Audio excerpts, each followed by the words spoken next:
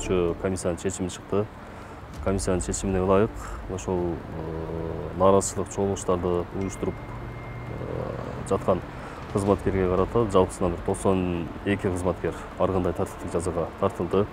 Алардын ичинен 2 кызматкер биротоло ички иштер органдарынан бошотулду. Андан сырткары 5 кызматкер ээлеген кызматынан төмөндөтүү менен бошотулган. Жана 11 кызматкер бул жол кыймылын коопсуздугун камсыздоо башкармалыгынын башка бөлүмдөрүнө, башкармалыктарына жөнөтүлдү.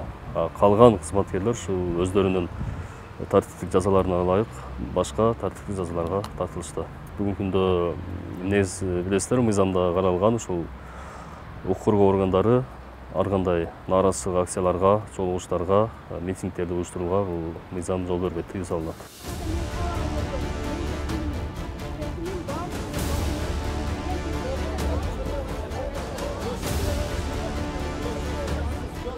Кызматкерлерге орой мамиле жасап атат.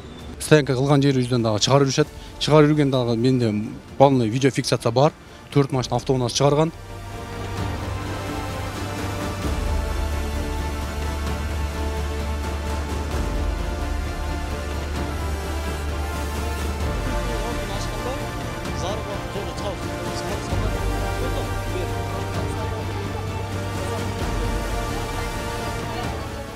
Эми бүгүнкү күндө мына туристтик мезгил учурунда 12 сааттан иштеген бул чындык.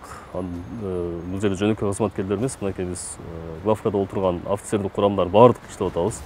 Ага карабастан мынакей суббота, воскресенье дем алыш күндөрү автоунаалардын тыгыны көп болгондуктан бул күчөтүлгөн тартипте жол кыймылын коопсуздугун камсыздап атабыз. Бунун эч кандай немеси жок. Бул эми кызмат, атайын ушул кесип тандап келгенден кийин кызмат кылыш керек да.